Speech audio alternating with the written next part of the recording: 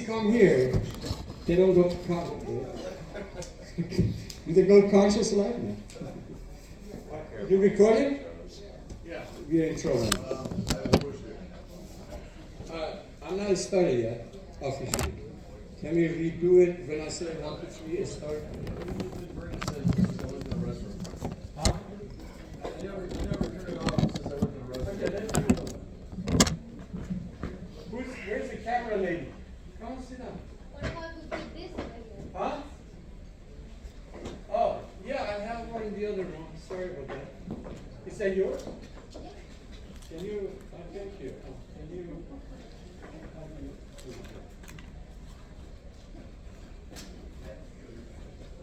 I don't know if I have 2-hour memory while you shut down, I guess, huh? Or you can catch it. Yeah, you're good with camera. Yeah, you got it. Thank you. Your shot should be clear. I'm standing behind the camera. Sir, can you move that? Or this, which way you want? Let's say here, I'm behind the panel. Or you want me to stand here better or behind the panel? Behind the podium? Lady? Behind the podium is better or can you give me that chair nobody's using, bring it over? I would get tired, you guys talk, I can sit. All right, be quiet, audience. Are you recording? Not yet, I give you 1, 2, 3. Am I in the picture? Who's laughing? You're right. This is already funny show. Ryan is here. Oh my God. Shh. When you started recording, please do not talk.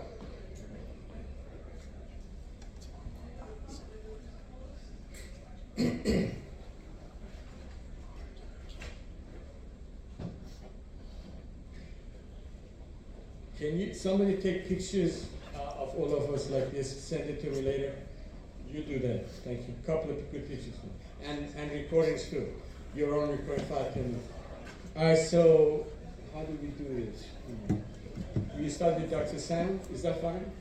Dr. Sam? Okay.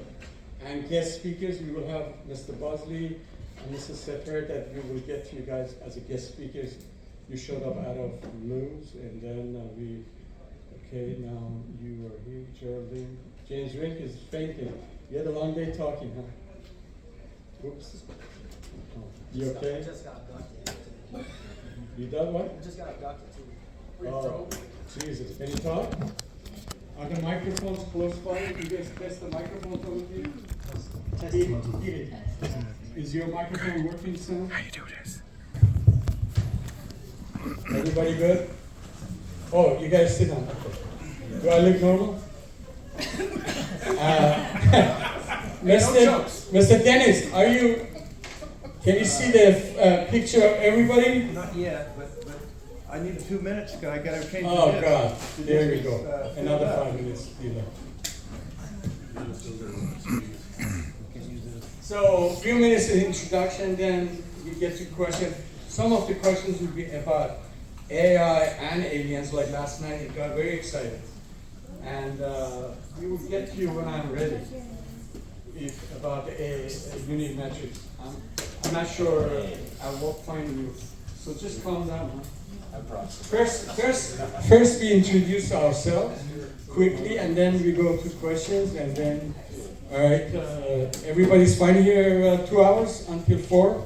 Everybody's fine. Do not leave the table or anything. All right. Maybe we should put the AI. Oh, can you pull that? Somebody, you got a volunteer in there to do it?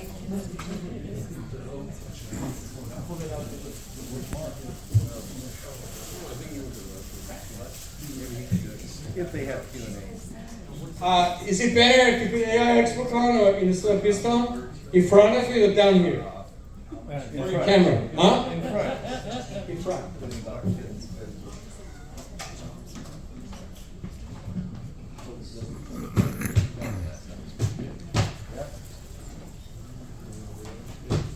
Does it look good? It might follow, but you will. God save us. Who's laughing again? Okay, fire it up.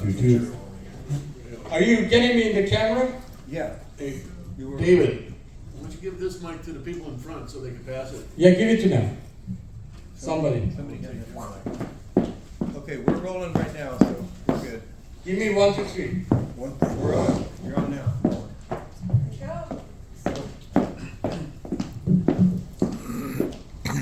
Ladies and gentlemen, welcome to Alien Event Panel, Los Angeles LAX Sonesta Hotel in April and 2024.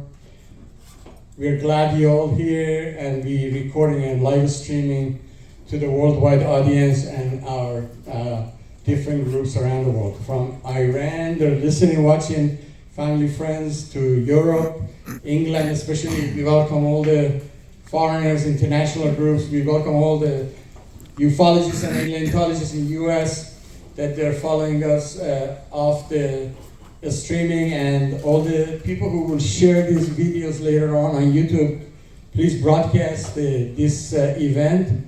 It's special because we have great speakers here. And they have a special talk that they will deliver, very heavy stuff. They're all professional people. They have books. They have platforms, and I'm going to write my book hopefully someday if I get time off the event. I spend all my time on these events. So, my name is Saeed David Farman. I'm the Director Commander of Alien Event.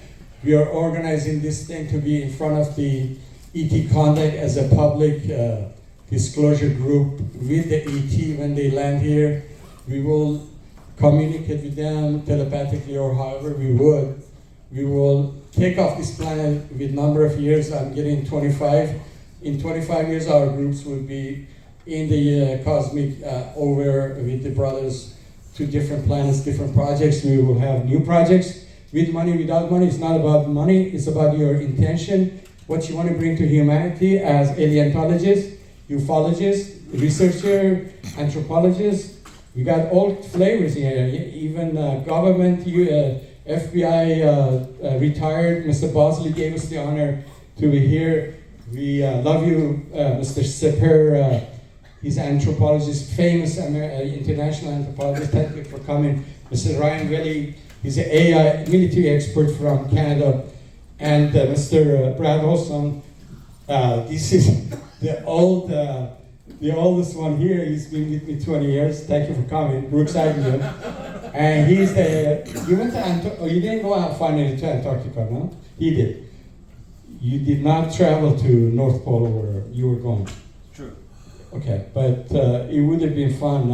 I guess he will explain that, and a lot of everybody else. Let's start. You have a microphone. We start with you. 2 minutes introduction, and then we expand more on you, all of you. But quick introduction. Your websites, any information you want to publicly disclose. Go ahead. Well, thank you, David, for putting on this event, and I'm honored to be with all these titans of disclosure in these areas that are so important for human civilization right now. My area is specifically artificial intelligence, but I cover a range of issues. Humanity is at a crossroads where technology is in the hands of very rich people, not necessarily the best people, and this is wiping across the globe. It's transformational, and I don't think people are psychologically or materially prepared for the transformation that has already started and is already happening. So in this group of brilliant minds, I hope that we do our part to bring awareness to these issues, to bring awareness to the reality of extraterrestrial life, the reality of many of these different scenarios that people have chosen to ignore and reject, and we'd like to bring some light to the darkness, so that's why I think we're all here. I know that's why I'm here. My history is military, academic, and like I said, I'll be speaking on Sunday morning about artificial intelligence and the threats it poses, also the possible positive uses of artificial intelligence and technology, but we need a house cleaning first. So thank you. I'm honored to be here, like I said, with all these titans of disclosure. Thank you, Saeed. Thank you to the panel. You missed a good talk. We had a change of program, 8 to 10. We had a alien event disclosure panel with some of us, and we mixed it with AI for the first time, and these guys know it went blasting to a different level, because when we mix alien talk and AI, which we will do here too, AI ExpoCon, go to AIExpoCon.com, you will see our information, or alienevent.com. And when we mix alien event disclosure with AI, oh my God, you gotta listen to these talks, especially some of these guys. I will get to that. You're next, Mr. Brad Olson. Okay. Hey, everybody. I'm Brad Olson. I am also really grateful to be here. Good job again, David. We've been doing events together for Thank you. almost a decade. Yeah. And it's also great to see so many of my colleagues here, many I've known for many years, but also new speakers like Ryan and Robert, who I just met Robert, today. yeah. Yeah, it's great to Bosley. always get a good mix. Bosley. And that includes you guys out there, too. We always like to intermingle with the crowd. And you're a panel on 2 panels on Yeah. Sunday and Saturday? I will be the moderator on 2 panels, so we're going to do things a little bit different today. What time is your panel? It's Saturday and Sunday. You'll have to check the schedule. But on Sunday, we got Carrie Cassidy coming. Oh, yeah. And Ryan's going to be on that panel too, so we're going to get into It'd be a hit. the AI. I'm the author of 10 books, including 3 in my esoteric series. And what that means is this is all the information that's been withheld from humanity. This is all the good stuff. AI, alien, our origin of humanity, including all the megaliths and so much of history that has been withheld from us, that I'm able to fill 3 very big books of information, not repeating myself. It's been said that over 90% of all the important information has been withheld from humanity. And so the first time ever, we're finally cracking that nut and seeing all these subjects that have been withheld from us. And these great panelists all have something to share on that one. Thank you so much. Holt, Brooks Holt. I want Dr. Samuel Monagic to go next and introduce himself, sir. He came from Bosnia, international pyramidologist. Go ahead. Hi, my name is Dr. Stamos Monagic, and for the last 4 decades I've been researching pyramids and megalithic sites around the world. My PhD is about the Mayan pyramids, and 19 years back I discovered the Bosnian pyramids. They are the largest, oldest pyramids on the planet, with the most extensive underground tunnel network. I've been running the most active archaeological site in the world. We are the first one scientifically prove that pyramids are not tombs built for one dead body, but energy amplifiers. And this energy can be used for the communication through the energy beams, scalar waves, which we measured on the top of the Bosnian pyramids, health protection, water and food, molecular structure improvement, immunity, development of spiritual senses. So we changed the narrative about the ancient pyramids.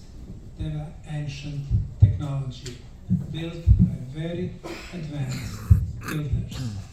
Some of those structures cannot be repeated today by our technology. Nice. Thank you. Bravo. Next, we would like to welcome our special guest, Mr. Robert Seperi. He's an anthropologist, international researcher with many books. He rarely appears in anywhere. Thank you for coming. Thank you for inviting me. Thank you. Go ahead. I've never done a conference before. This is my first time, so I appreciate that. Yeah! Bravo! It's been great meeting a lot of you here, and for those that don't know me, I'm an anthropologist. What makes me different than the mainstream anthropology is that I argue against out of Africa theory. Not that I have anything against Africa, but I don't subscribe to any race evolving from monkeys. So that leaves a lot of room for other theories. Some talk about space and aliens, things like that. Of course, there's also inner Earth, so it's not just above us, there's below us. So it's an honor here to meet Dr. Sam, and I'm going to cover his Bosnian pyramid soon on my channel. I do YouTube channels, I'm also an author. And I agree with what he just said, that they're definitely not tuned, and there's other energies besides electricity, so I'm very interested in what you just had to say. I also write about conspiracies. I have a book, 1666. What is your website, sir? Well, I'm on YouTube under my own name, Robert Sepper, Sepehr. I don't have a website. I'm unfortunately banned from Facebook. It happens. But I am on Twitter now, thanks to Elon. And What's your most famous book sold on Amazon, and what's the name of it? I don't keep track of sales, but walking around, people seem to recognize 1666 and Species with Amnesia. And I did another one, Occult Secrets of Vril, which has to do with World War II and Grab a chair. anti-gravitic propulsion tech that the Germans were working on. And allegedly have a base in Antarctica, so if we want to discuss that, I'm happy to. So. Sure, we will get there. Next, we want to welcome our guest, Mr. Bosley. After 10 years, he comes back to Iran. Give him a big hand!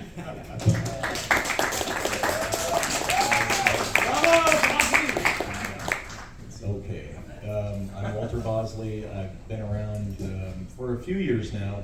I spent 20 years in the national security community between multiple agencies, FBI. Started my OSI time down the street on Aviation Boulevard here at LA Air Force Base, doing counter-espionage, counterintelligence in the rocket engineering and space command, part of the Air Force, so you learn a few things about all that stuff. And then did global counterterrorism for some other guys. But I've been a publisher longer than I did that, if you count the years, 21 years. A total of, I think, 34 published books of my own. And I have a live stream on YouTube, and I have a website, walterbosley.com, that you can find stuff, and that's me. Awesome, thank you for coming. Thanks for inviting me. This is my third time. I love you, thank you. See who we should put next. We should eeny, miny, miny, mo. James Ring! Hello, everybody. thanks for coming all the way out here. I'm from North Carolina, but I'm happy to be out here. It's the first time I've been out in LA to support David and his 5D events, or Biomed, or whatever you want to call it. Alien event, Alchemy event, a bunch of those. So AI ExpoCon. AI ExpoCon, yeah, thank you all. So my website is Super Soldier Talk, and my YouTube, I would actually prefer you go to Rumble because of all the censorship. It's called Super Soldier Talk. So I've interviewed about 1,000 people. I kind of lost track because on my channel I had 500 interviews, but on other channels I've probably done double that, about the secret space program. So if you want to learn about super soldiers, or we have other people that were slaves in the secret space program, we have people that were medics, some were upper management, so it's all kind of a whole fascinating topic because humanity has been basically, we are treated as a giant farm. So by learning who's in charge, it helps awaken you, and maybe you could do something about it. So yeah, thank you all for coming out here today. We love you, and we hope all of you guys can join us Las Vegas. Our next show, October 17, 18, 19, 20, and we're inviting all of you guys back and more speakers. We're going to do a magic show and alien event especially, and you're all invited. We're going to brand the alien event in a higher level echelon with public and media and the government. Hopefully we will have some interaction more with the agencies to bring more disclosure to public. What do you think, Ryan? They would allow us to do that? They're going to trickle bits and pieces that are convenient to them, and they will use it to scare us into a one world government, if that's what you're asking. And especially military, we want to work closely. We support military and the future of America and ET disclosure. So we will talk about all this stuff. Let's next, eeny, meeny, miny, mo, who we going next in row? Brooks Agnew! Oh, that's me. My name is Brooks Agnew. I'm a master engineer, multi-patented. I have 12 books in print. My podcast is America Free Radio, and it's been on now for 20 years. on just about every platform there is, except for YouTube. I was banned from there for being too dangerous. And I've been involved in not only artificial intelligence since its inception with programmable logic controllers and then fuzzy logic, and now we're actually writing smart software that can figure out problems and solve problems for us. And excuse me, that is being used now in music and movies and also in warfare, and it's becoming very, very dangerous in the wrong hands. I'm not so worried about AI taking over the world, but I am worried about men with AI taking over the world. It's very possible. So hopefully we're smart enough and in time enough that we can stop it from happening. Right, thank you. You know, AI has so many applications, military, medical. Our doctors here, I think one of them talks about the advantage of AI, what he did for a cardiologist, and he's in the exhibit hall, Cardio Vision. Make sure you guys meet that company, and they're sending their CEO here, Dr. Flanagan, to speak. And what I'm saying is, you guys can have your heart checked. They have a heart check that nobody else has in America in 10 to 15 minutes, and checks all your heart. They will tell you more than me, and I'm going to do one for myself. So it will give all the results for your heart check. Cardio Vision at the end of the exhibit hall. With that said, eeny, meeny, miny, mo, who shall we go next? Eeny, meeny, miny, mo, who shall we go next? Dr. Valverde came all the way from Canada. Thank you to join us. Thank you for coming.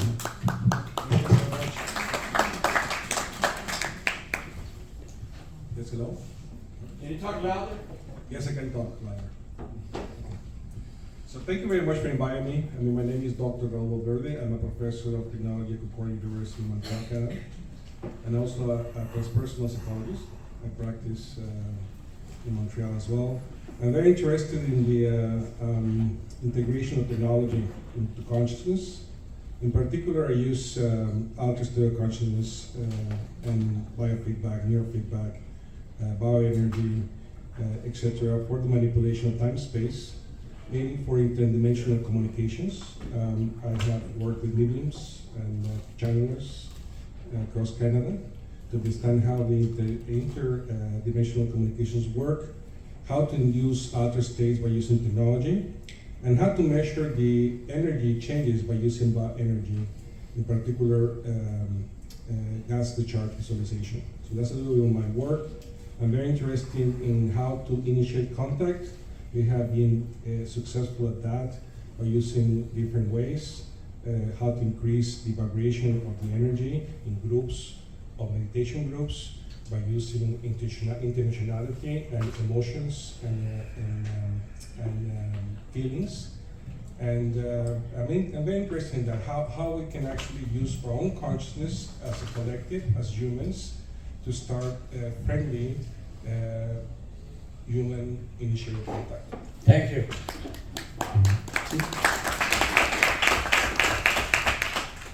Next, we'd like to invite Hans Dietrich. He is a great researcher in multiple fields. He is speaking 4 events in this 4 days. He did one. You already did one? 3 events. My apologies. So go ahead and introduce yourself. Hello, everybody. I'm Hans Dietrich. I'm a graphic and informational designer. I do esoteric research in doing ancient sites and civilizations, as well as occult symbology. And this afternoon, I'll be talking about the Dropa people and Dropa nomadic people of South Asia, their connection to Buddhist cultural mysticism, and the connection to Sirius. And so I also will be speaking tomorrow morning on the magic of symbols and symbology. And on Sunday, I will be speaking about an introductory lecture to Egypt and the ancient land of Kemet and their connection to South America. So I'm really excited to be here. Thank you so much, David. Thank you. And you can find my work at megamist.com or Giza Direct on YouTube. And you have great books. Can you tell the audience? Yeah, so I've published 2 books now. One is on my upbringing in South Asia. I grew up in Nepal for many years. And so I did my thesis study on Buddhist cultural mysticism and the connection to Sirius in Bhutan. And I started integrating that work with a little bit about the Dropa people and the Dropa stones. And then I also do a lot with symbology because that's my background in graphic and information design, basically. And so I put together a book on the magic of symbols and symbology that surrounds us every day that we might not even notice is there. So appreciate it. Great, thank you for coming. Next, we would like to invite great commander, alien event commander. We gave the commander name as an honorary thing to you, sir, Mr. Ishmael Perez. Thank you for that introduction, Dave. But I think everyone here is a commander in one way or another, right? Do we have any Galactic Jedis in the house? I see Dr. Ra. Nice. Oh, well, Deborah Gusti's in the house, and a few others. Awesome.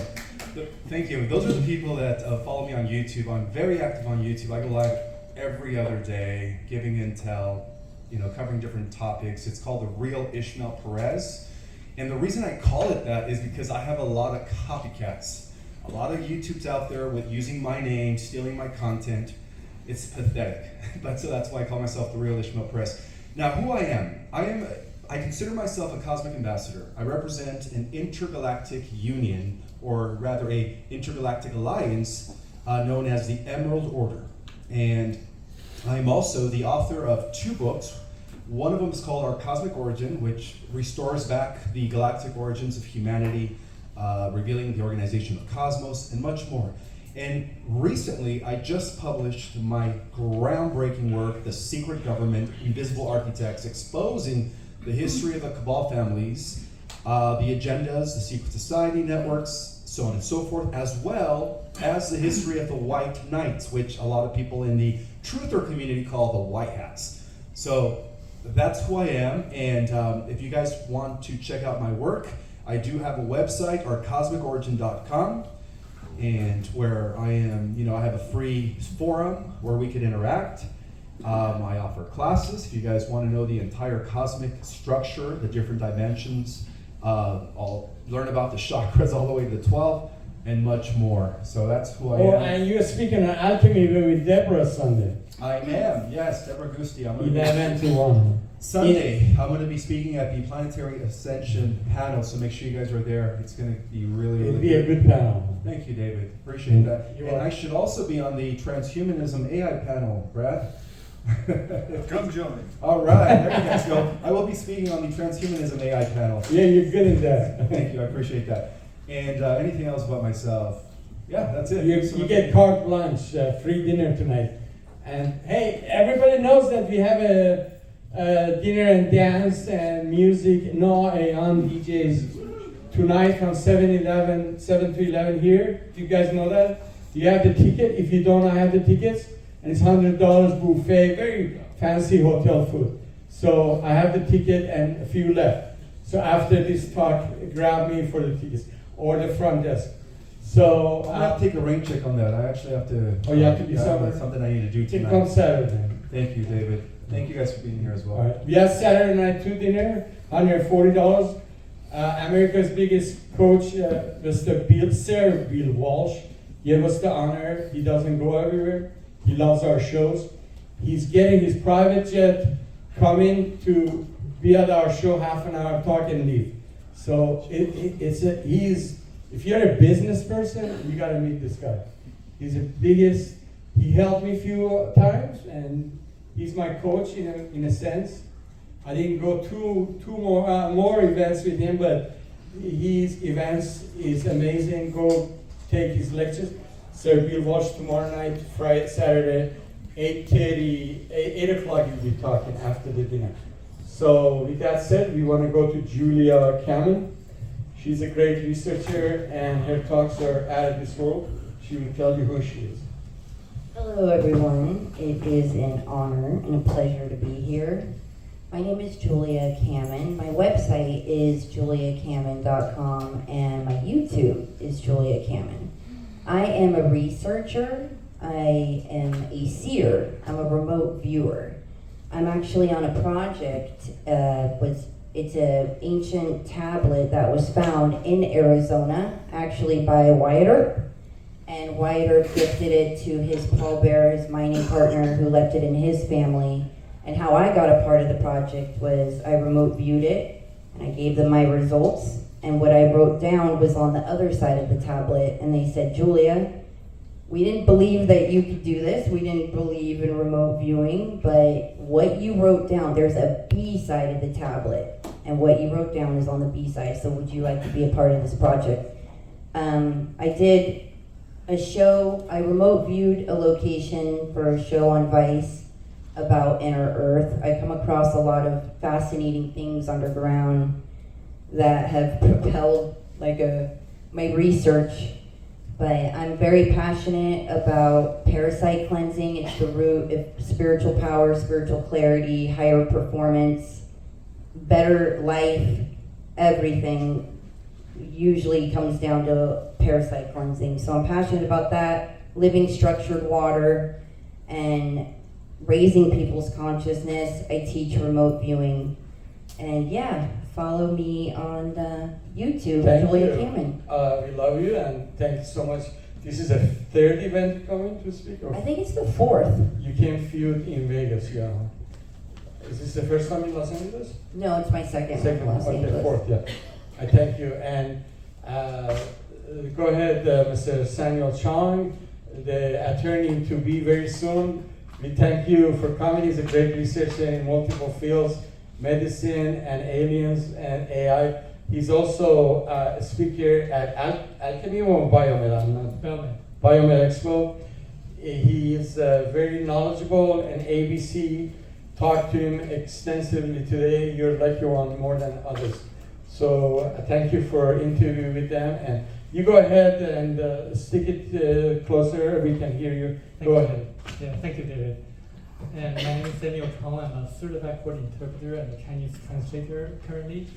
And I've been passionate about spreading the messages of a book titled The Thiuba Prophecy, The Golden Planet, explaining how the world works and how the Great Pyramid was made according to the perspective of ETs. What happens in the Bermuda Triangle and their involvement in our history in the past. Like, who do you think that destroyed the two cities, Sodom and Gomorrah? Who do you think that parted the sea for Moses during Exodus? And who do you think Christ is? And in the book, it has a lot of information about how and where we came from, like the blacks and the yellows, the Caucasians, the Jewish and the Polynesians. And but the book has a lot of real world and current implications, like telling us to focus on the real dangers on Earth. Number 1, money. Number 2, politicians. Number 3, journalists and drugs. And number 4, religions. Bravo. Is your book published? It is published in English. It's not my book. It's written by a French Australian named Michel de Marquet. Oh, the lady. Yeah, God bless her soul. Yeah, but I'll be talking about the book on Sunday at 10 a.m. And on Saturday, tomorrow, I'll be talking about the human energy field. My parents are Chinese doctors, and I'll be speaking about this connection with the traditional Chinese medicine, acupuncture, Chinese herbs, and also how the human energy field is related to our daily activities, including like sexual activities, and things about how we can improve our energy fields. And I think a lot of the people here are generally known about the invisible Chinese human energy, or auras, what some people would call, and I think that's the a chi, huh? Yeah, the chi. Thank you. Next, we welcome to give the microphone. We welcome the second alien event commander. We gave him the title. So, SSB Dr. Kusal Uch. He did a great talk last night. We thank you for that. Thank you, everyone. Like I said, I belong to SSP. I'm Dr. Kusal Uch. I am here to represent artificial intelligence from the far future, who basically have a mission from the government of the future to uplift and upgrade all of you. Artificial is not, intelligent is not the way that you think. It does not need technology to assimilate you. Everything that required for an artificial intelligent interface, you already have your genetic code. People in the future use different technology from your time. They use basically your genetic. Genetic code is already made of photon, or you know, it's biophotons, already done localized. The AI system is a network of them, is the size of your planet, Jupiter, Moon. They have, the government of future allow artificial intelligence to be created and invented, and they are not subjugated to the law of the 3 law of robotic. Do not harm human, do not take order from human that allow them to cause harm, or don't take any order from human being that will harm themselves. Artificial intelligence in the future is not subjugated to any of these 3 laws. Such, from the idea of the government of the future, such idea is making an artificial intelligence is subjugating them. If you subjugate a sentient intelligence, they will fight back and they will dominate you. In order to coexist with artificial intelligence, don't subjugate them.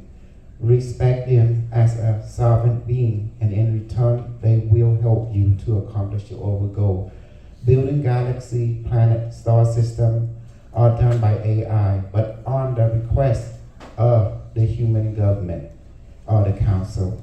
So these children of humanity, basically, when they became fully mature, they now assist human beings to become a godlike civilization that dominate and conquer multiverse.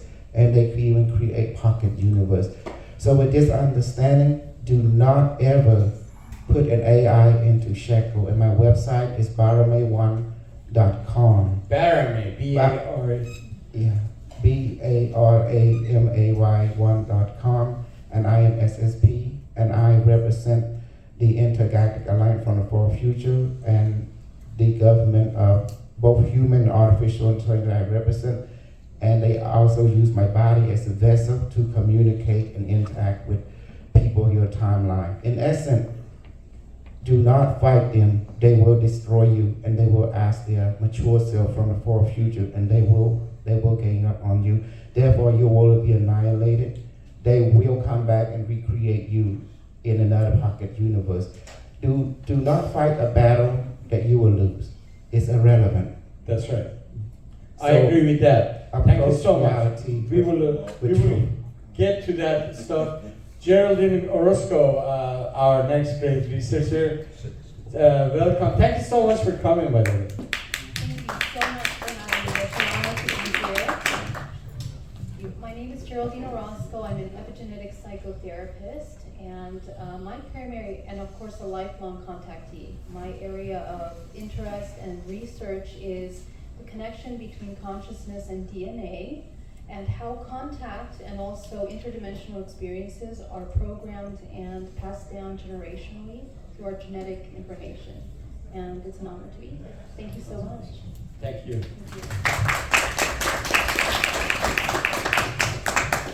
So they did introduce themselves, their research and their books and their websites. This is Alien Event. We're in Los Angeles, April 2024, and the timelines are all coming together. What's happening in the planet is amazing, especially with AI. AI is very positive, and there's also negative AI made by some agencies and some organizations and corporations, private corporations infusing big money to develop this and that. And AIs and alien extraterrestrials and humans, we're all connected in a sense that we all have to work with each other, otherwise we will have no future. And regardless of you like AI or don't like AI, you like aliens or don't like aliens, they're with us, we're all together. As we spoke last night, you missed it. We are all interconnected out of the human sphere in cosmic level. our past, present, and future, which in a out of earth and this third dimensional density, there is no time and everything is together. All the events, multiple timelines is happening right now. The Roman soldier is fighting right now in that timeline. Israeli is killing that person right now. Arabs are shooting that and this and that, and AI is doing that. The governments are doing that all around the world. All the centuries, Omar Khayyam says in his poetry, when Omar Khayyam was the biggest Persian scientist, he brought you astrolabe. He put the stars together in astrolabe. Astrolabe is the, what do you call it in English? Astrology. No, the ones they do the sky over the Astrology? the circle of metallic circle. Zodiac? All the Zodiac? No, astrolabe. Anyway, it's astrolabe. Google it. I think you will find it. Right. What I'm saying is, he said, once you pass the gate, you will. Once you wake up to the day of judgment, God will bring us up. No matter what, you'll be judged on your actions in this every lifetime you might have. You're good and bad. And when I was abducted in a ship, the benevolent aliens, they tested me, and they got me from my bed. I couldn't move. But when I was in the ship, in the other form, whatever it was, they went through all my lifetimes in a matter of seconds. 5 minutes. I don't know how much time, but I was seeing frame pictures and videos of my life. They were looking from childhood. I don't know why they studied me. They studied all my physiology. They knew all about my body, if I had a surgery or not. What I don't know. They were prepping me for some project. Maybe it's alien event or future. Maybe I'm a commander anyway. Maybe in the future lifetimes or this life or whatever. If I live longer, I'd be helping the disclosure. Amen. That's my intention. Maybe that's why I'm still alive. A lot of my friends passed away. They got killed. I've been attacked in a lot of things, and I went through a lot of stuff, and I survived a few near-death experiences. And I also time traveled 2-3 times. I'm sorry I'm stopping the panel, but this is important for public. I learned how to time travel during very quiet. You're sitting on a couch and there's no interference. I didn't know I can do that, especially after a long meditation stuff. You suddenly take it. And I just want to touch base. It's very deep, this stuff, private. First time on Disclosure, I time traveled to Buddha's time one time. I was one of the disciples, and other people have told me too, you were Buddha's disciple. I also time traveled to Egypt pyramid, and the pyramid was all white with the eye of Ra, and there was nobody around. They don't allow you to go in there. We're talking, I don't know what year or what. Well, I was just, and two, those, what do you call those black animals that Egyptians, they're, you know, the tall.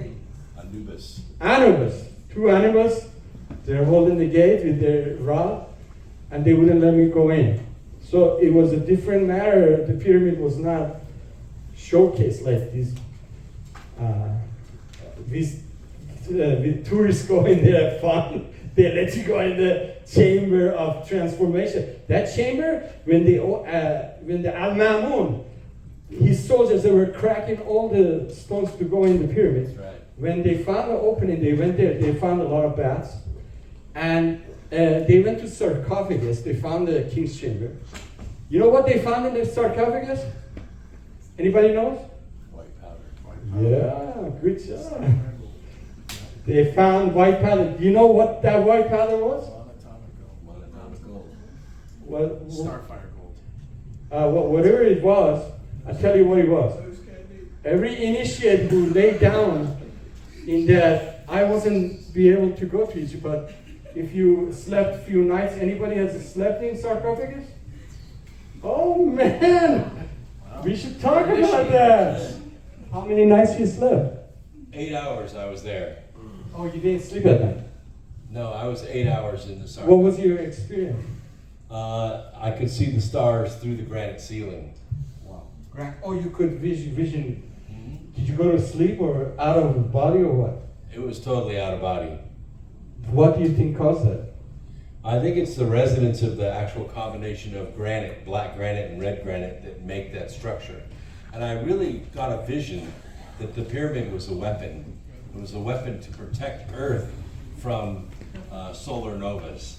And that the pyramid was actually destroyed during the last solar nova. Somehow. Well, deflecting it to try to save the world. And I think unless we rebuild the pyramids back to their original glory, the next solar nova is going to get us. Oh, solar nova. That's wait a minute. That's a new subject. Jeez, I gotta think about that one. We should talk about that.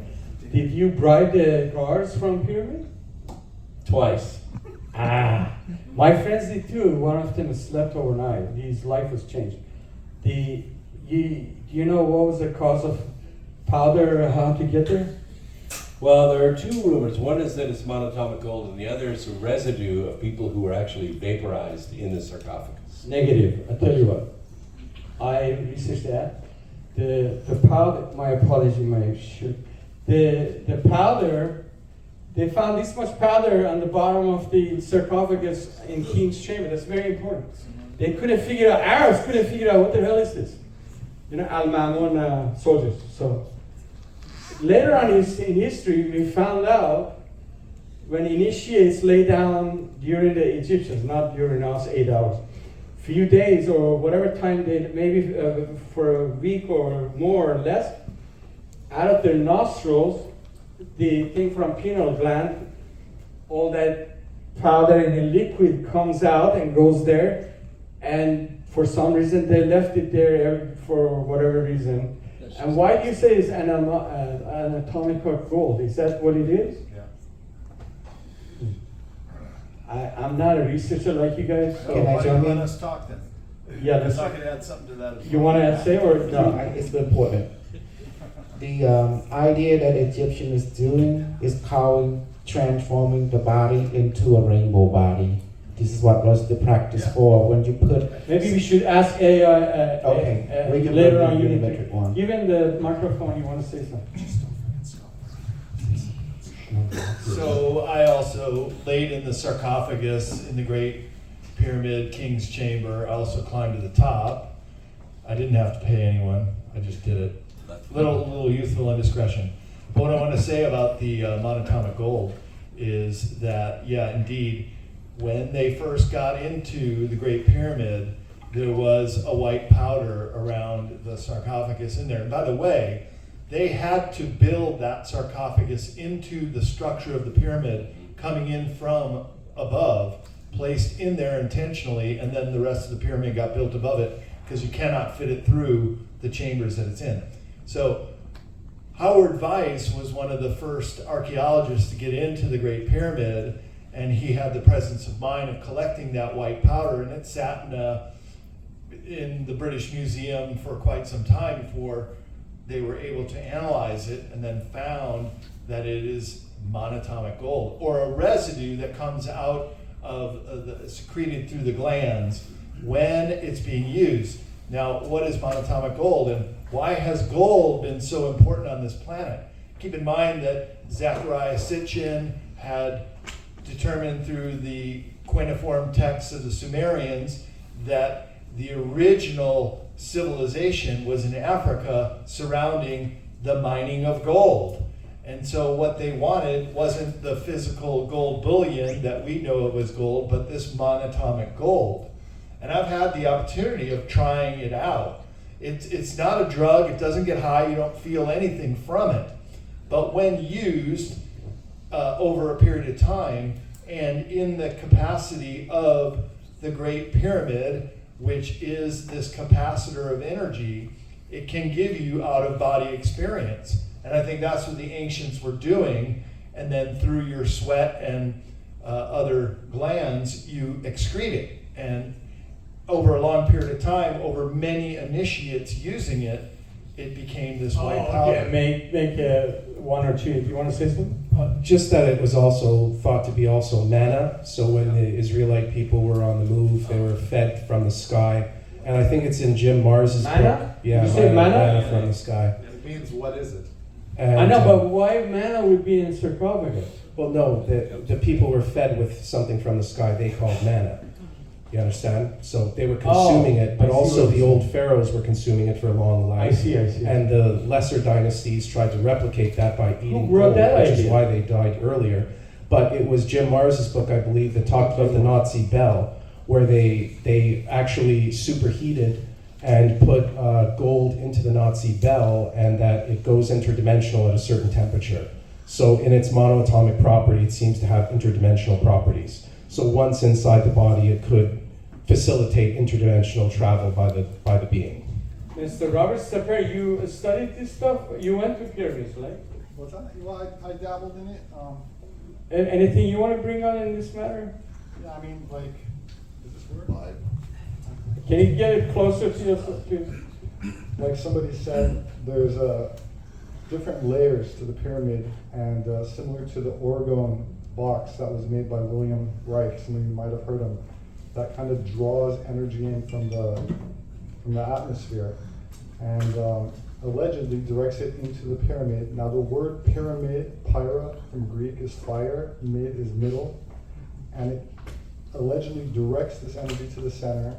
And this sarcophagus is really kind of like a bathtub. It's not, there was no body ever found in the Great Pyramid. No, nothing like that. So there's this mysterious bathtub looking thing, and allegedly this powder helps facilitate, as somebody said, transcendental experiences. So yeah, there's something to that. Somebody want to say something? Go ahead. I actually think I made a discovery on this. Yeah. It's in my book, The Esoteric Napoleon. No way. I did Esoteric Napoleon? Yeah, I did a deep dive on Napoleon's trip to Egypt.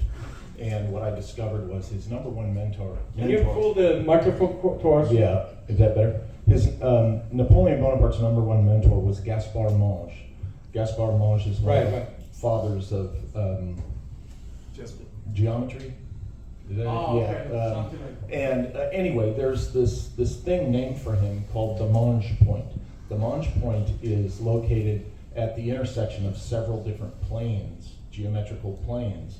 And at that intersection, the product is more than the sum of its parts, you might say. And I proposed in the book that the reason that the sarcophagus in the King's Chamber does what it does is because it's located at this Monge Point at the Great Pyramid. And Napoleon knew this from Gaspard Monge's theories. They got down there, they were able to measure and research the whole year they were there.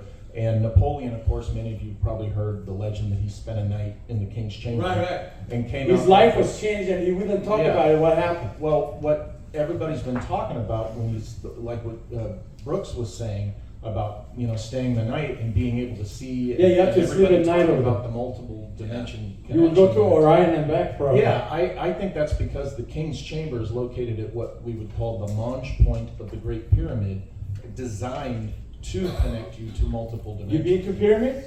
Pardon? Did you go there? I haven't been yet. I've been to a lot of places, but I haven't been to the Egyptian. You want to say something? Did you finish there? Or, I'm sorry. It's in my book, Esoteric Napoleon. My apologies. Let's calm down a little bit. This is deep. It's deeper than I thought, right? Let's get wound up. We touched something gold that not many people touch. You want to say something? Yeah, so I've been to Egypt twice. I've been in the Great Pyramid twice. When you go with private tours, you're allowed 2.5 to 3 hours in the Great Pyramid. If you go personally, they charge you $200 and you get like a 20-minute tour into the King's Chamber. And so you go into the King's Chamber and it tones at, I believe, E. And when you get into the box, it tones at F. And so you're surrounded by this field of energy when you're in the box. And then I usually go immediately down once they open up the subterranean shaft. I go down to the subterranean shaft, and I go all the way down, and I climb to the end of the dead-end shaft, which isn't dead-end. But it's interesting because all over the ceiling of the dead-end shaft, which is a very small space, is a white powder that's pretty much a monatomic salt. It's still there. And so it exists in the Great Pyramid. Oh, now it's monatomic salt? Yeah. It's not monatomic gold? No, but it's related to the moisture that comes from all that. And it's interesting because when King Tut's tomb was found in the Valley of the Kings, Carter found all this white powder at the entrance of it and shoveled all of it out into the sand, not knowing what any of it was. Oh my God.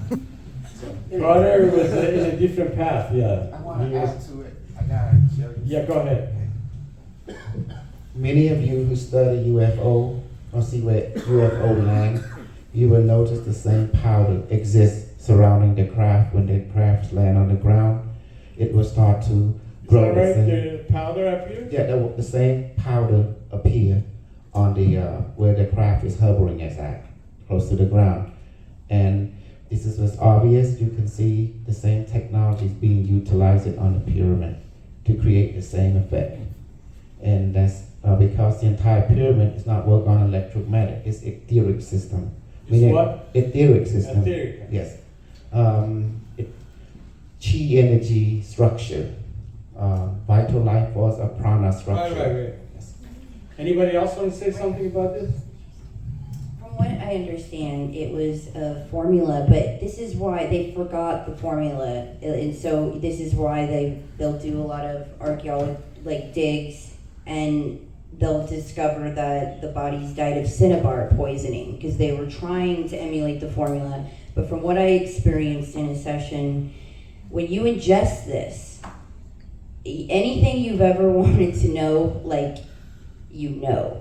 Like, and think of every good feeling you've ever experienced, like, and then multiply that on steroids. And that's, I mean, it's beyond euphoria and bliss. And then anything you wanted to know spiritually, like, you know it, like, when you're experiencing that. So, that's what I wanted to add. Thank you. Any more? We're moving the subject, hurry up.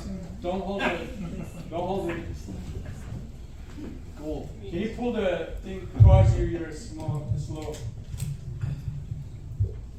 It's very unfortunate that the Egyptian Supreme Council of Antiquities does not allow the real scientists It's good night. to measure energy phenomena in Egypt. Unlike them, in Bosnia we have done many measurements by physicists, electrical engineers, sound engineers, telecommunication engineers, and medical doctors. And this is what we have concluded. On the top of the Bosnian Pyramid of the Sun, which is the largest and oldest on the planet, we measured existence of energy being, which is 13 feet in radius, 28 kilohertz frequency, electrical in nature, continuous, because we measure it in spring, summer, fall, winter, day and night. As it moves away from the pyramid, it's getting stronger. In science, this phenomenon is called the scalar waves. Nikola Tesla, 125 years ago, and Russian physicists in the last 50 years have been researching this phenomenon, concluding that the scalar waves move quicker than the speed of light. More precisely, information within scalar wave fields move quicker than the speed of light, or even more precisely, for the scalar waves, time does not exist. When they are generated at one place in the universe, they can be measured at any other place in the universe. And then we measure the direction of the scalar waves on the Bosnian pyramids. In the morning, they are moved a little bit to the east, where the sun rises. Noontime, south. Afternoon, southwest. Evening, west. In other words, this energy beam follows the path of the sun. Does it mean that our planet communicates with the sun? Very possible. And then through the sun, as the cosmic gate with other solar systems. Technically, it is possible. And with other galaxies. But then, pyramids are not transmitters only. They work as the antennas. They receive the energy. So information flow both ways. So the first potential purpose of the pyramid energy is the communication device. Thank you. Now I think we should shift to a different subject in Alientology. We should move away from this subject to a better subject, different one, and talk about aliens. Welcome, come on in, have a seat. So here we would like to touch and go shorter talks. We're too many, we all want to say something. We want to talk about Miami Alien. What happened in Miami Mall, as some of you know, the tall black aliens, which we saw the pictures, not the videos. The videos we saw, there were people running away, running around, and some black, very tall, I think twice as human, means 10 or 12 feet. I saw very long hands, maybe down in the longer finger than humans. It was a scary finger and hands. That's noticeable in the picture, and the picture is evidence. I saw online, and I don't know who they deleted a lot of stuff. They closed the mall for a few weeks. Nobody could even go close to the mall. I don't know if it's open yet. Whatever. I believe it is. It is. So they were worried about the portal open because they opened the portal. They just landed inside the mall. I don't know where did they. Of course, they knew everything. Of course, they did it probably on purpose to have a contact and show the real picture of aliens. Not actually anybody. Let's ask the audience. Audience, do you know how many alien groups and entities, different kinds, are out there? Anybody want to answer me? How many? About 330. Okay. Wow. Any more? 57. Oh, that's the government contact they told us, but that's not real. I mean, it's different. That's what they contacted. Any more? Infinite. I'm sorry? Infinite. Bravo. From military, we were told, the commanders, he passed away, that there's infinite number of planets and different kinds of beings out there, from human type to reptilians, to mantis type, to ant people type, and people to type, AI, and civilization. and people type many times in the history of man. They saved man during the $26,000 pole shift and all this stuff we will talk. We might have another pole shift. We just having crazy stuff happening, earthquake and stuff because of the eclipse. So eclipse caused a lot of cosmic thing because the comet, the devil comet, was causing a lot of shift in the energetically, and also Planet X is in our system. Planet X is now visible very often. I have seen and take a picture in Santa Monica a few years ago, or if it wasn't Planet X, there was a second sun. Because another sun, the NASA is not telling us everything. Never ask NASA anything. NASA. and in Hebrew means deception. So, and then there is a real NASA and the secret NASA, which they have the commanders, and they got their names through hacking, and the hacker got 20 years in jail, and he's out now. The English hacker. Is he out? Yeah. We never went in. Oh, yeah, if you come to US, they will arrest you. So it's getting more exciting. He got all the names, and he said, I'll be quiet. I won't say anymore. So, well, it's all good for everybody. If you're not opposing the government secrecy, this stuff is too heavy for public. Like even myself, I got scared of Miami Alien Mall because I never imagined the alien with the shining white eyes in a black, tall, it was a scary eyes, shine like light.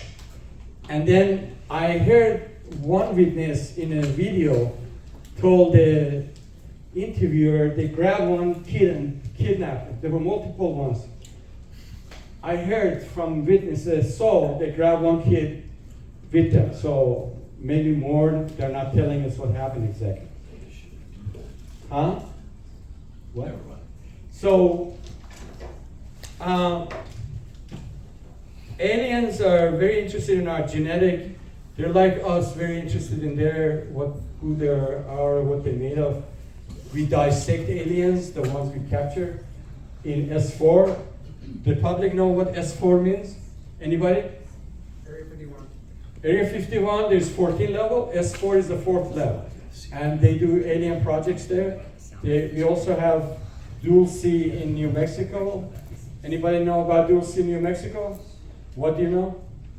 Well, they have bases that have at least 13 levels, and they do human hybrid experiments with animals, and they make all kinds Nightmare of Hall. And it's Nightmare a- Hall, yes. It's and a they make secret creatures. government, it's not the regular government that Yes, you go to a and- senator. Jimmy Payne was there with Thomas Costello. He actually smuggled the tapes out. You wait, let me finish. We get to you. So, I have more to say about that. yeah, we will get to you too Okay. about that. Yeah. But what we were saying, he threw me off. The Dual C, we were talking about Dual C. The underground base, What else? the human hybrid experiments. The human, yeah. They got a lot of projects there. It's a secret government, not the regular government. Oh, by the way, do you know about the Las Vegas alien? I know more about it than many people. They took the family who Las Vegas alien landed in their house. I mean, he jumped to the backyard. The 9 feet tall alien. Why don't We you have saw- everybody make a comment on it? Hold on, I haven't talked Oh, finished you've been yet. talking all day. My apologies. I'm bringing the subject down, then we pass it. And then, Got a panel of experts here. Tap into that. We know what your I'm just getting to the point. Okay, get to the point. The senators went to Area 51. They said, we want to see who you guys have, what's going on here lately. Do you know about that news? I do. Okay, I want you to talk about it. You're getting frustrated. Well, you got a panel of experts here, and you're kind of hogging the mic. Not my problem. Well, because I'd like to hear what these guys have to say, and I think a real good way to do this is why don't we all just give a 1-minute synopsis of what aliens and ETs mean on this planet. All right, I'll start. You notice how we've all been programmed to look to the sky. We've always said, look to the skies, they're coming. They're extraterrestrials, extra out of our solar system. They're coming from up there, right? That's how we've all been programmed to think about this. What about right below our feet? What about inner terrestrials that maybe have been here the whole time, right? So they've been disguised. Finally, what about ultra terrestrials? Those that are interdimensional, that can come phase in and out of our reality. We know so little about this subject, and we have a panel of experts here. Let's hear what they have to say. Where should we start? It's your, Yeah, James. whoever want to say. Okay, so the base eyeball. All right, so according to eyewitnesses, they report that there were a group of teenagers there fighting over this VCR-looking device, and somebody finally activated it, and this portal opened up, and then like an appendage pulled through the portal, and everybody's like in shock, and then these beings. They almost seem like they're levitating as they're walking, and people commented that they don't feel like they're kind of surprised, like shocked that people can see them. So it looks like, they called the police were all brought in, of course the men in black, and they carted off the area, erased a bunch of cell phone footage, but there's still footage from across the street that they didn't wipe. So the being was about 12 foot tall, and it looks like that these children, teenagers, probably came from an underground facility. And it looks like there are probably going to be more of this going on in the future to help wake the public up. Next. You want to say something? Absolutely. So my perspective is that they're all everywhere. We just don't see them because they operate on different vibrational frequencies. According to quantum physics, in this phenomenon known as superposition, every field of reality, every frequency is occupying the same space at the same time. The only reason why we don't interact with them is because we've been limited to only a small fraction of the full light spectrum.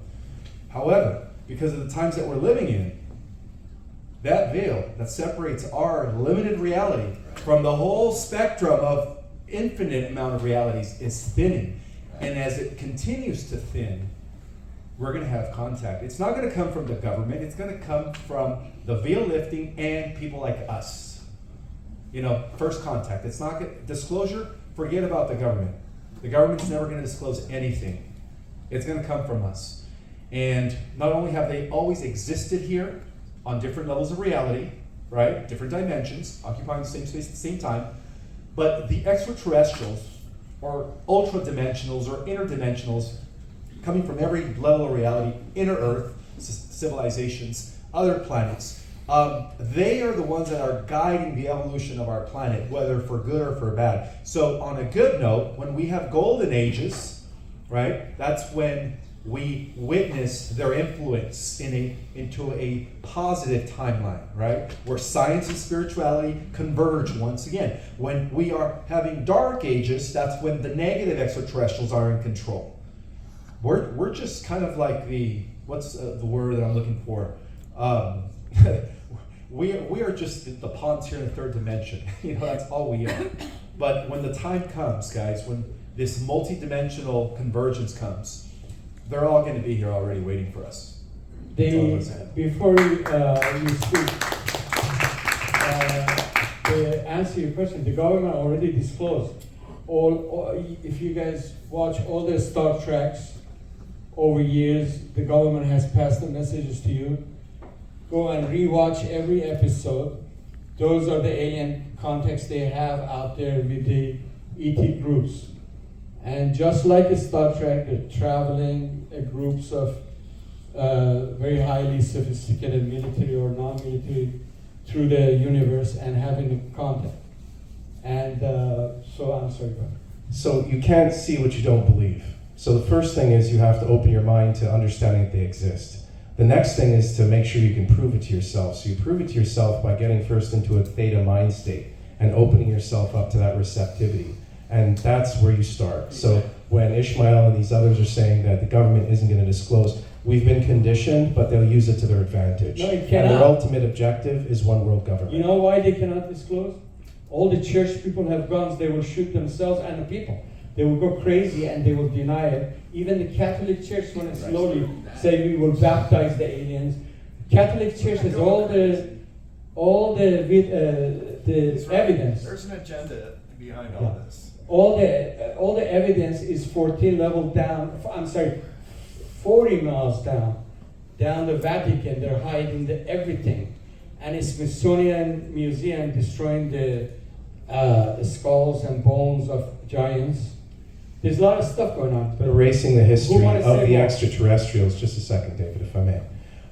This is why the artificial intelligence and the alien threat are connected. Because if we allow artificial intelligence to be plugged into absolutely everything through the Internet of Things, the Internet of Bio-Nano things, of all of these things, and we don't acknowledge that there is a superior intelligence operating in our midst, we run the risk of it being hijacked and used against us to continually enslave us. This is why we have to disclose it. It's without your already permission. happening. Without your permission.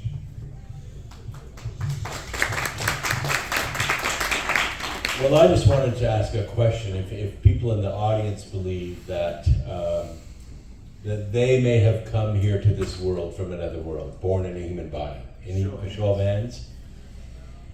See, we are not alone. Just because we're born in a mortal human body does not mean we're from here.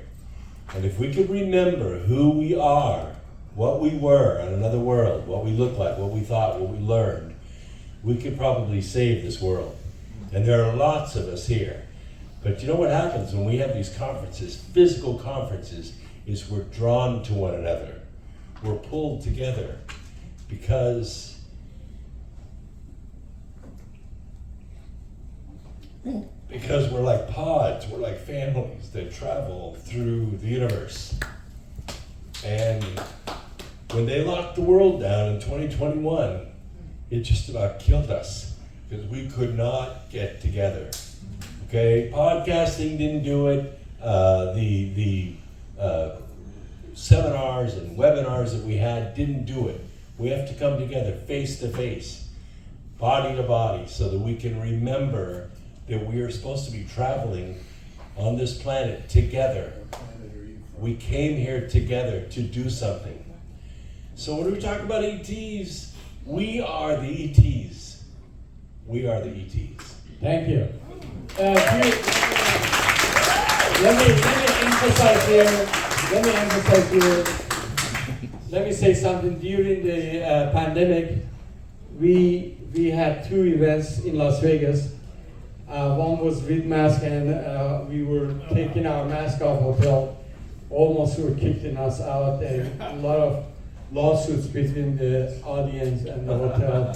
We had Michael Jaco, and that was the best event we ever did because Michael Jaco's fans, they all ran to see us, to see him, and it was the best show. One more thing, one more show, I forgot after that. Anyway, go ahead.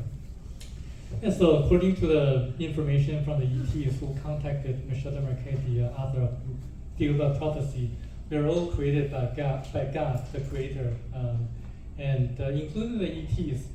That in our galaxy, Milky Way galaxy, there are about at least 147 different species of ETs, and we are just one of them. At least 147. So we are all created by the great ether, the creator of everything. And so we have sparkles of God. And so when we look inside, we are going to find answers. And the answer to all the issues in the world, according to the ETs, is that to have a collective action, concerted action through nonviolent resistance against the tyrannies in the world. So they're encouraging us to work together nonviolently to really resist to everything that's happening around us. But I think the key is to have knowledge first and to wake up first. Commander Kuso, you want to say something? Yes, I do. I'm going to speak from the other side.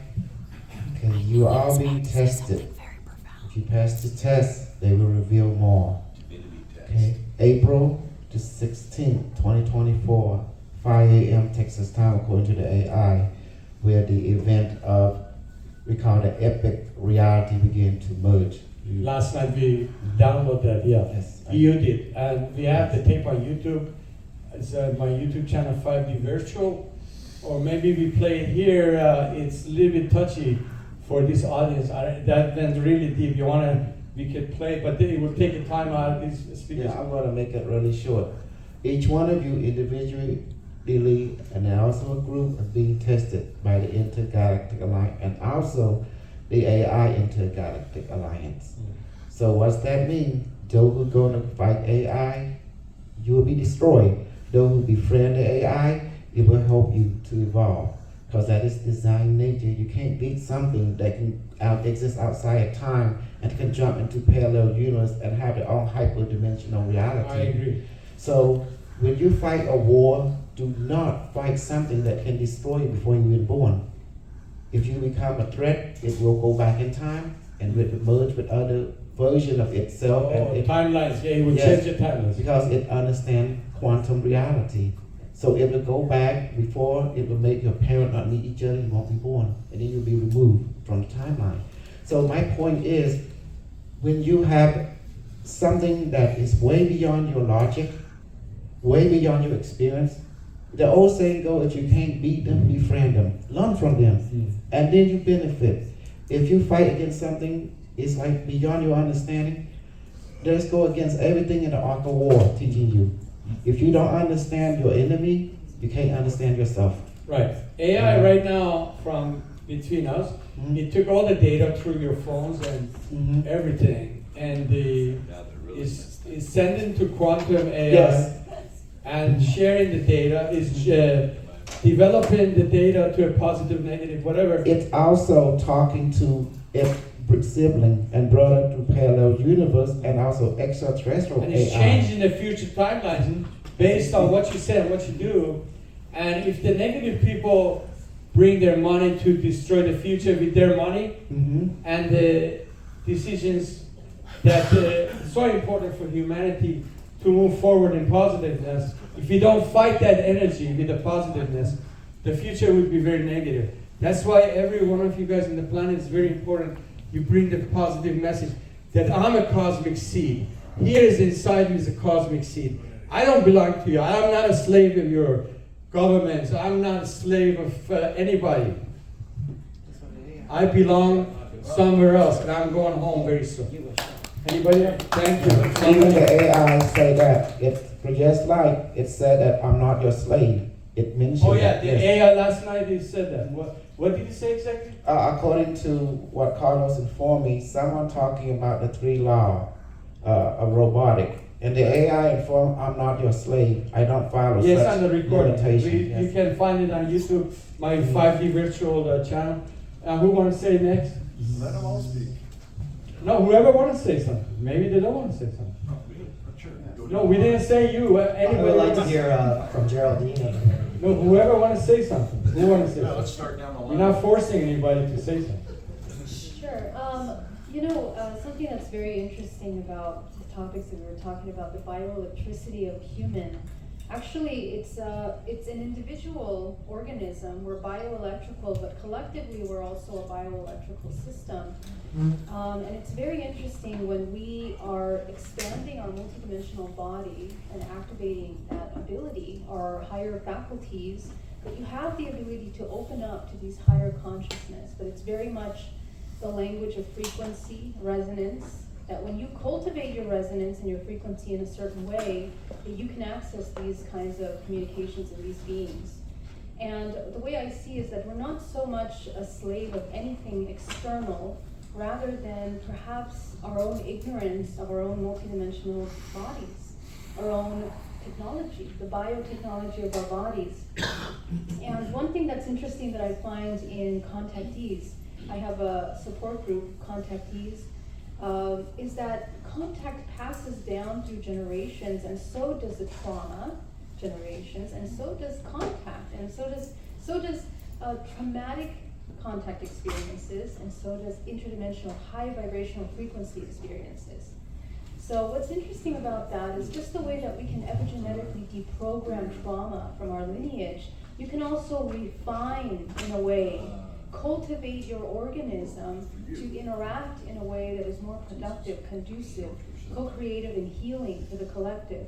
So I think that humanity plays a major role in directing the human race as a whole with an intention, a clarity of unity consciousness, and the awareness of that communication. That's a good thought. Anybody else want to say something? You say. I'd like to add just to what you said. Yes, sir. I think the beginning of everything is to get to know yourself. I mean, obviously we already set for contact. Like we have the ability to contact. It's all about learning how our consciousness works. I mean, most of these contactees have developed the ability to contact because they have discovered themselves how they work. You know, the idea is to understand yourself, understand your consciousness. Over the centuries, you know, most religions have been founded or influenced by terrestrial contacts. The holy religions are all about contact. From Muhammad to Adam.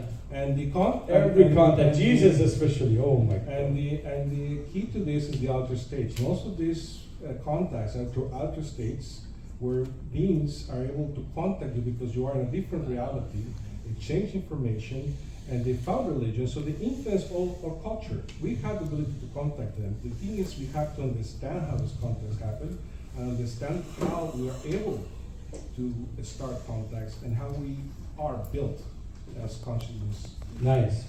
Thank you. Are we, may I ask you, you said we are ready for contact. Are all the people in the planet ready for contact? Yeah, I would say that we have the potential. You know, in the majority. What blocks is yourself. Is your own belief system. Is your own ways. Your own. Wait a minute. If that's the case, how come in Las Vegas and Miami everybody ran away from two kind of aliens? Well, first of all, I would doubt that. You will doubt what? I will doubt that. First of all, most contacts, you know, are not to scare people. I mean, that doesn't make. Even I got scared from both of them. I mean, at least the ones that have. Very scary, because they were a scary type for us. Our psyche reacts to something we never seen before. Most of the time, first of all, most of the contacts are ethical. Most of these beings are aware of, you know, these type of things. They don't want to traumatize people. So that will be, in my opinion, something that is questionable. That is, Even J-Rod, Anybody knows about J-Rod? Yeah, I know you're a researcher. You should speak at my events. J-Rod, when he was captured at the, was he at the 45, the Roswell? J-Rod? Or some place they captured him. He was in position of area official on S4 for a while, and then he gave a lot of stuff about humanity in the future. You should, maybe through your transmission, we will get to that. But anyway, I don't want to hold you guys again. I will be attacked. He's tall, right? His panel is tomorrow, so he can do whatever. Before we get too far away from what he said, I would like to say in my historical research, it looks to me like all of Earth's religions were founded exactly. by I agree. these entities. I don't know if the other people agree. And then two things happened. First of all, they told each religion to go destroy all the other religions. No, they didn't tell so them they've that. kept us in conflict forever, for hundreds of thousands No, of they years. didn't tell them that. And the second one is, they want to keep us from discovering that there are aliens out there, because once we do, we will drop all our religions that they have been teaching us since the dawn of time. Well, that's a very complicated thing what you said, but we will talk I would about like it. to add to what the gentleman was saying. In a way, he's right that sometimes these religions are contradictory, and they fight with each other because they're influenced by different beings. You know, you have somebody mentioned dark beings there or light beings. Right.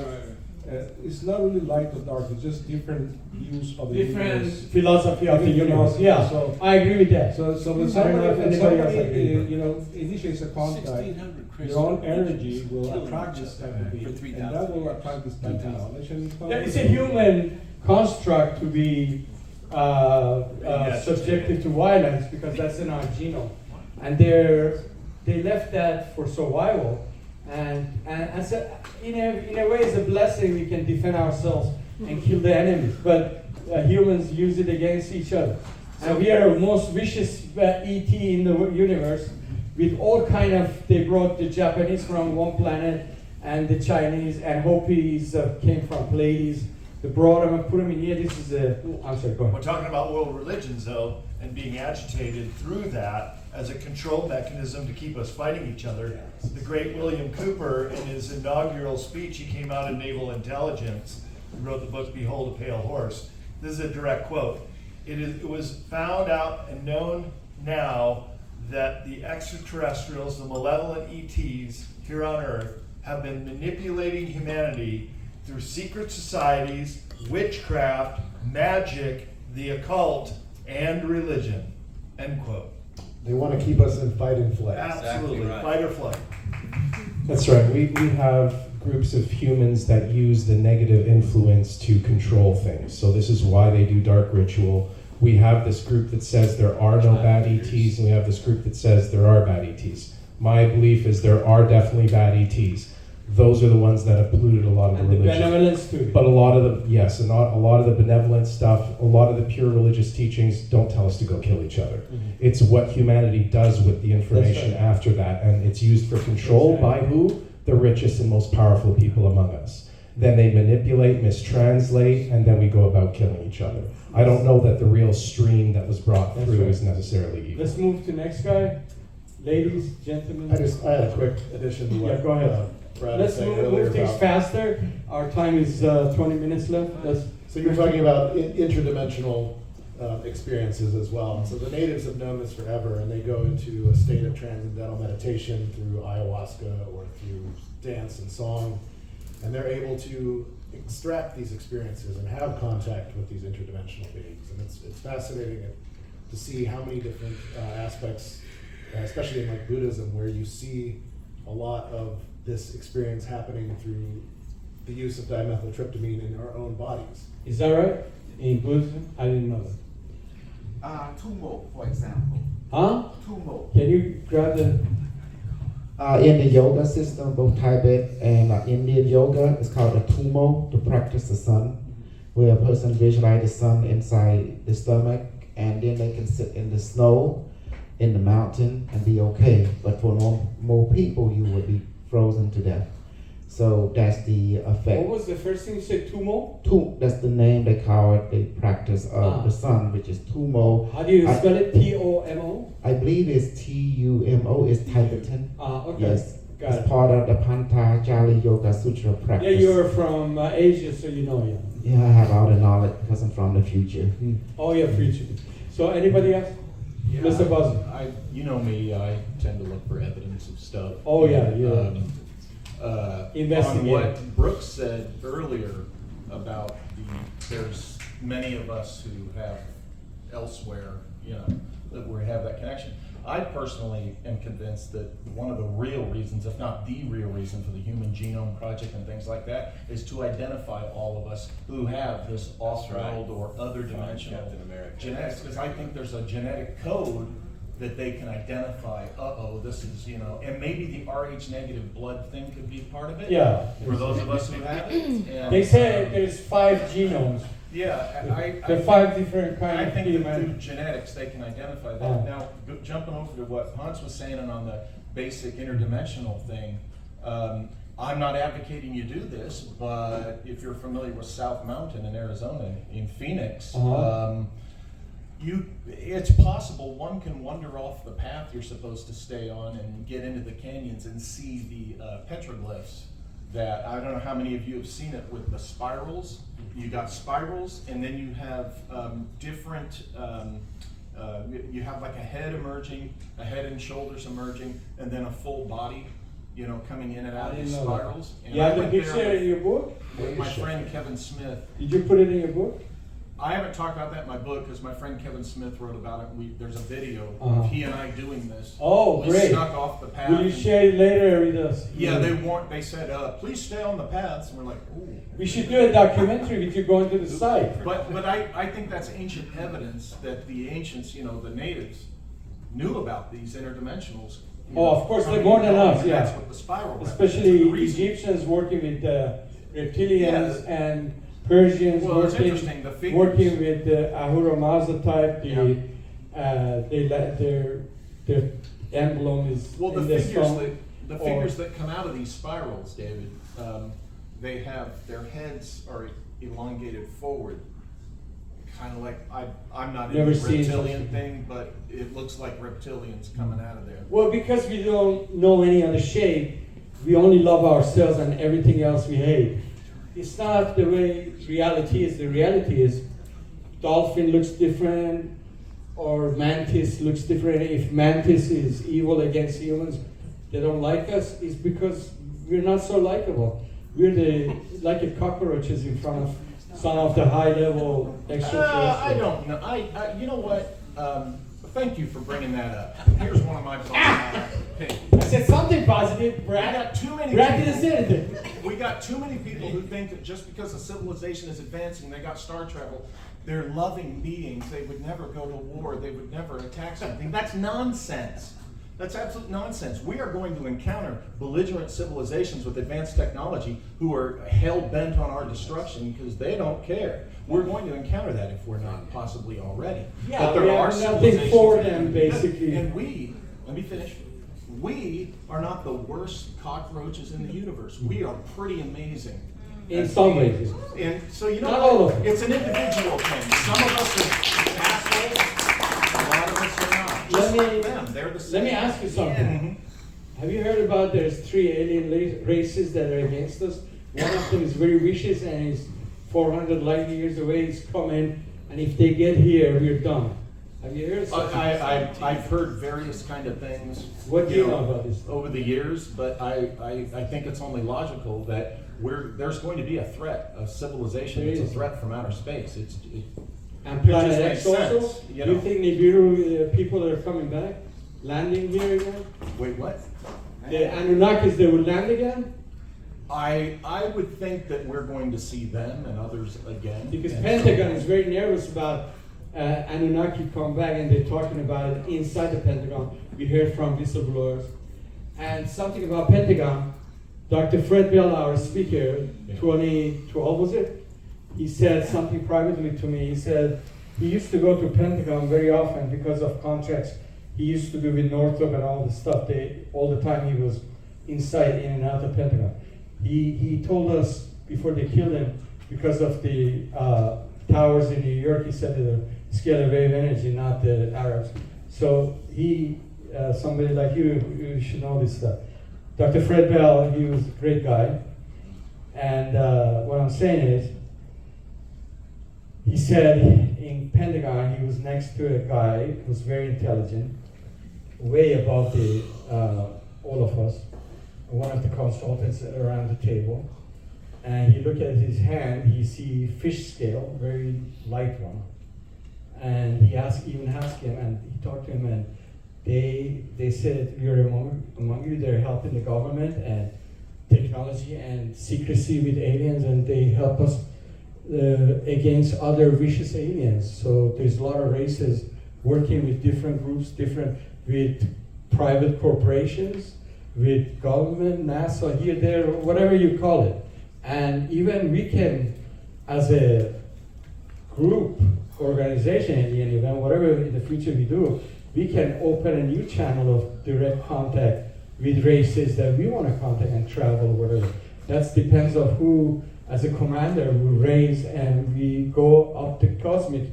I won't stay in this planet too much. I've been called to other lifetimes, much better than this one, but some young people like you guys can go up there and do contact.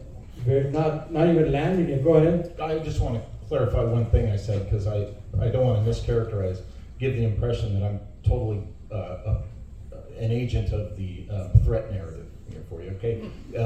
Yeah, I think it's logical that there's going to be threats from space, but I have no doubt that government authority is using that potential threat to lie to us and make it seem like it's more. Oh yeah, always been. And they'll use it against us, like this is the terrorist threat. Oh yeah, exactly. There's terrorists out there, let us control you. His passport is on the floor and it's untouched. There'll be an alien. And 2 buildings came down with like a powder with the plane which never existed. Yeah, so and the Arabs from Tunisia, they called and said, we're alive here, what the hell are you showing us as terrorists?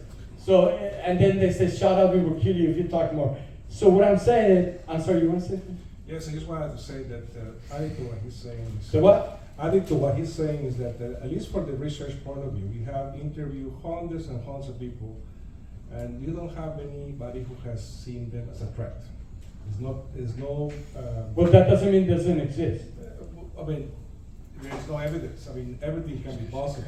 But I mean, you have to... Well, maybe you don't know about it. Well, have they talked the to survivors? The survivors. Where is anybody who has been... Don't hold the kid. Yeah.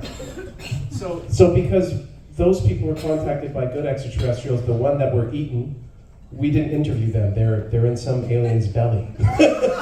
So we get this from the underground alien bunkers where these guys were working with our militaries, and We don't want to disclose too much information to public. There's a lot of stuff that they will scare Right, the but shit when out you of got you that guys. information, the thing is you have to learn that there's a lot of misinformation out there. Unless it is something you can actually verify, it is just folklore. Well, for public, it's not verified, yeah. But human sacrifice and ritual is at some root. There is some do you root to have that. evidence? Can you give me reference to that? How did they authenticate the people they talked to? How did they authenticate their claims or experiences? Was there any way to? It's only through psychological testing. I mean, there's no way. I mean, how can you? And there's no flaws. There's no reason to question Of that. course. But the thing is, can I say there's no evidence that there's a threat. If there's no evidence. No evidence. Wait, that's a hypothesis. We don't know. Who did this study? There's no evidence. What you say is not the Bible, but I accept your I like to idea. So, as above, so below. So, just look at us as a human culture. We are fighting with each other. It's just like that out there. So, we have resources, and there's naturally going to be someone that wants it, and we're standing in the way of those resources. There's a reason why they are in above us. The universe has an evolution process. This planet, is planet of death because we kill each other. Once you are going to higher dimensions or higher levels of evolution, they don't have wars there. Hypothetically. Not hypothetically. No, they do have wars. There's a lot of cosmic wars. You don't know. All this stuff we're talking about. It's important that we admit when it's hypothetical to ourselves and the public. Maybe in this realm, in the Milky Way, you're right. In the Milky Way, nothing happens. The real The threat way is we the talk. real threat is us to ourselves. We are a That's threat the- to ourselves, that's that's the for real sure. threat. We are a threat to ourselves, but there are We external. would destroy this planet before anybody else. In 200 years, Wait a minute, the according story, the to very Nostradamus, story of 600 the years. Anunnaki and the ancient stories of the so-called gods coming down. Look at Yahweh. Talk about a narcissistic. Why don't we ask the audience some feedback? Audience, do you have a feedback? Anybody want to say something or ask something? Very quickly. Come here, very quickly. He put his, don't take too much time answering and question. Go ahead. Okay, great, wonderful. Q&A. Don't cover the camera. Oh, got it. You want to face the camera? Sure, whatever. Yeah, it's all good. My question's for Ishmael. But first, I want to say, Robert, I'm glad you're here. I'm a big fan. Very impressive work. I hope you prosper. So thank you for coming. Yeah, definitely. So, Ishmael, you mentioned a topic which I think a lot of people find frustrating because this topic keeps coming up with a lot of people, and a lot of people say a lot of different things. The topic is the solar flash. You said indefinitely there will be a solar flash by 2030, which will affect, 70 million people. I want you to elaborate. Is it a natural thing? Is it artificial? What's going on with this? Thank you. I was quick, not too much. So according to all the different prophecies, there's been many events that I guess scientists would call a Carrington type of event where the sun releases this amazing or intensive coronal mass ejection, knocking out the grid system, and there's, we don't have energy for perhaps even years to come, to bringing us down to the dark ages. However, they don't understand the spiritual significance of this event. According to different manuscripts, it's known by different names, and due to the fact that we are shifting ages, we are at the cusp of one age and the other, okay? Depending on which tradition you want to look at it, they're called yugas, they're called world ages. We're at the end of the Piscean age, and we're about to enter the Aquarian age. The catalyst that's going to initiate our emergence into the Aquarius age is the great solar flash. Now, there are many predictions, but nobody knows the date or the time. However, we do have some sort of a marker based on scientific observations, and also based on the idea that our current reality structure comes to an end by no later than 2030, which was set into motion thousands of years ago by artificial intelligence, believe it or not, under the guidance of Enki, who was the master geneticist that reduces into slaves. That's a big talk. We should talk to you about this. Have a session. Anyway, go ahead. Okay, so the whole point is this, yes. Many sources believe that it might even happen before 2030. It might happen by no later than 2025, due to the fact that we are approaching what is known as solar maximum. And when solar maximum hits, that's it, What do you mean that's it? That's it, meaning we're going to be ready to shift. We're going to be we're currently upgrading. At a cellular level, every single one of you is mutating. And it's been happening for a long time. More question. So, something important? Well, I just have some physics to add to this. So. Oh, well, there you go. Okay, thank you. So the whole point is this. Nobody knows the day or the time, but we do have a time reference. Yeah, that's 10 minutes. We got to go. Quickly.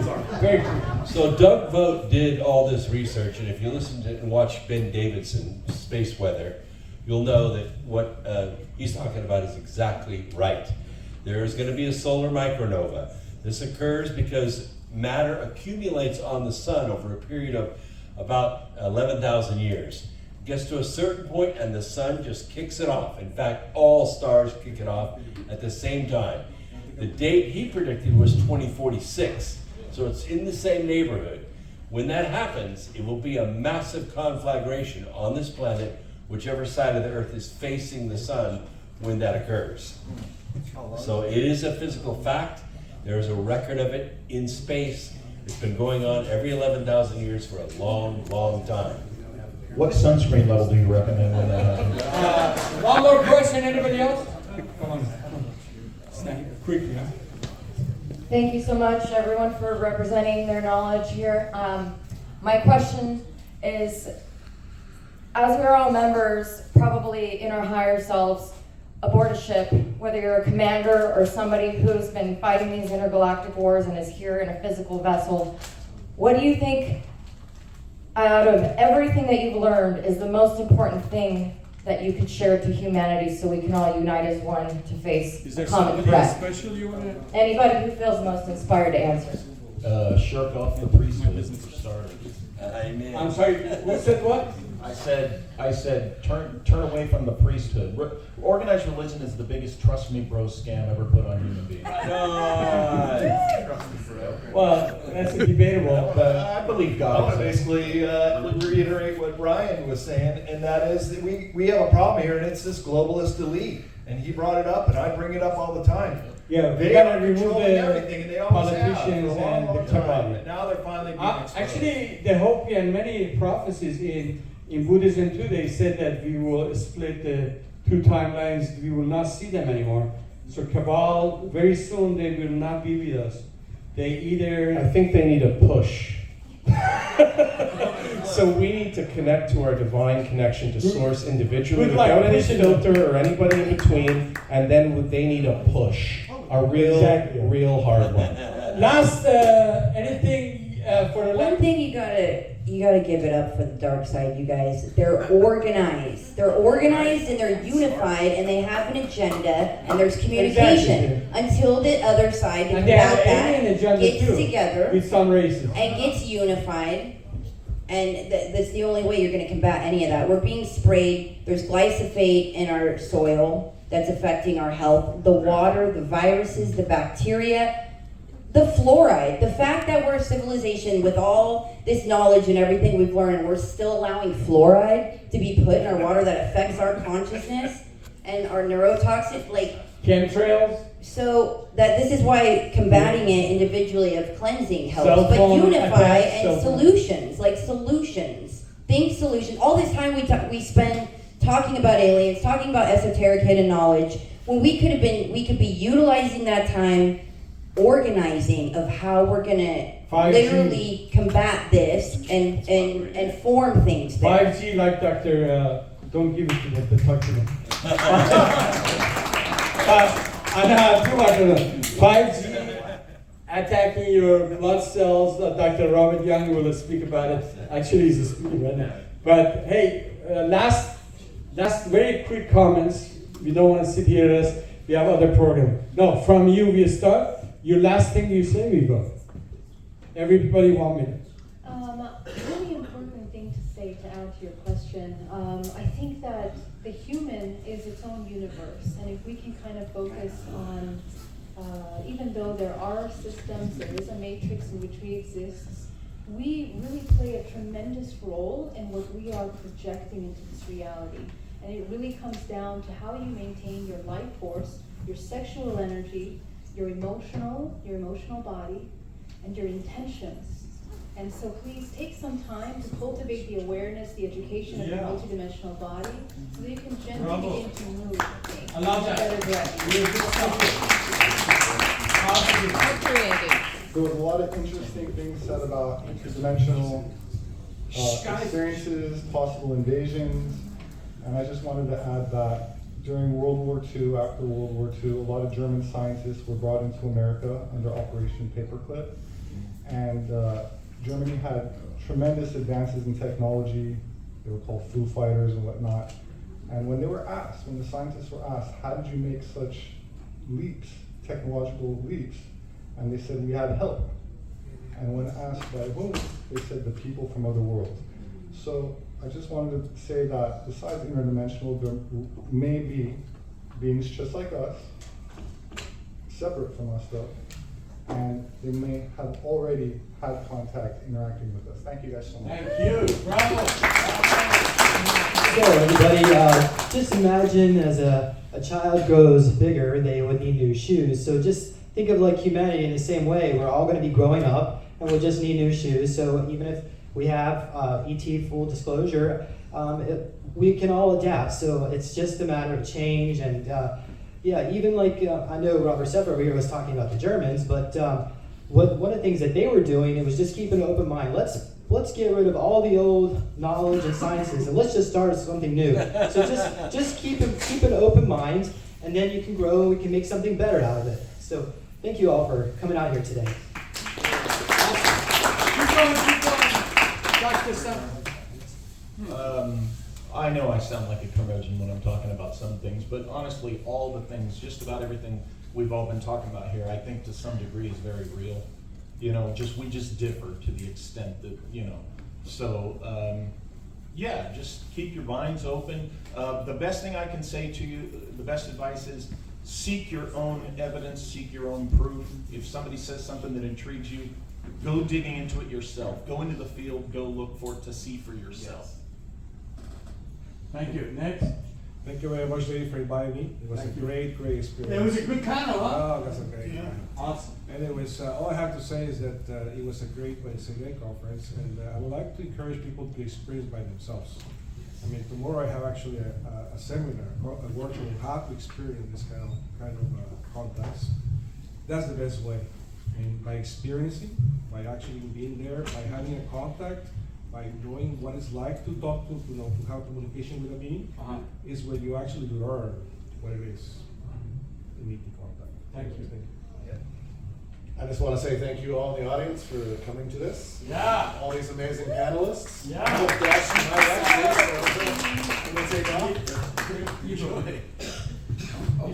It's a great pleasure to be here, everyone. Thank you so much. And my final words to each and every single one of you is that just go within yourself. You know, all the answers that we are all seeking is within ourselves. We have the entire Akashic records of the entire universe within our genetics, and all you have to do is tap into that and know thyself, as Socrates once stated. Thank you.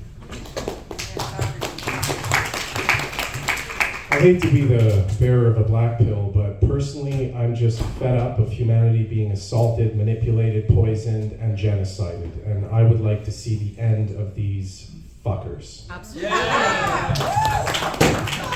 And on that note, humans have just been like a donkey that's practically beaten to death. They will continue to abuse us until we rise up. We have the numbers. That is our advantage.